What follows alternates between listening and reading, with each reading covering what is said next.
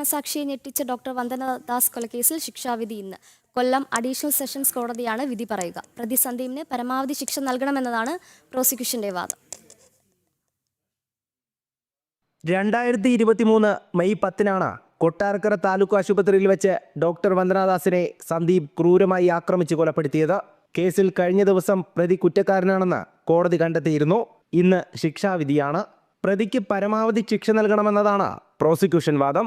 പ്രതി കുറ്റക്കാരനാണെന്ന് കോടതി കണ്ടെത്തിയിരിക്കുകയാണ്. പ്രോസിക്യൂഷൻ സ്വാഭാവികമായും കോടതിയിൽ ആരോപിച്ചിട്ടുള്ള കുറ്റകൃത്യങ്ങളെല്ലാം തന്നെ തെളിഞ്ഞിട്ടുള്ളതായി, സംശയാതീതമായി തെളിഞ്ഞിട്ടുള്ളതായി, ഈ പ്രോസിക്യൂഷന്റെ ആ വാദങ്ങൾ അംഗീകരിച്ചിട്ടുള്ളതായും പ്രതിക്ക് ഇൻസാനിറ്റി ഉണ്ട് എന്നുള്ള പ്രതിഭാഗം തർക്കം ഒരു കാരണവശാലും നിലനിൽക്കത്തില്ല എന്നുമാണ് കോടതി ഇന്ന് കണ്ടെത്തിയിട്ടുള്ളത്. പ്രതി കുറ്റക്കാരനാണെന്ന് കണ്ടെത്തിക്കൊണ്ടുള്ള കോടതി വിധിക്ക് ശേഷം വന്ദനയുടെ മാതാപിതാക്കളും കാത്തിരിക്കുകയാണ്.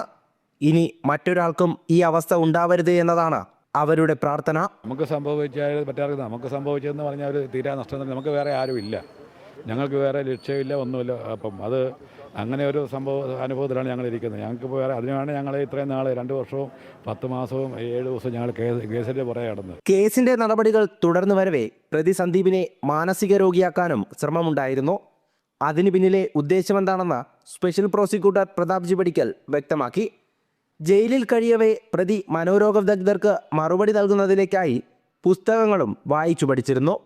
ഇതു സംബന്ധിച്ച സന്ദീപിൻ്റെ വിശദമായ മൊഴി കോടതിക്ക് മുൻപാകെയുണ്ട്. എന്നാൽ പ്രോസിക്യൂഷൻ വാദം കോടതി ശരിവെച്ചു. നാളെ കൊല്ലം അഡീഷണൽ സെഷൻസ് കോടതി വിധി പറയുമ്പോൾ ക്രൂര കൊലപാതകം നടത്തിയ പ്രതിക്ക് പരമാവധി ശിക്ഷ കിട്ടണമെന്നതാണ് എല്ലാവരുടെയും പ്രാർത്ഥന.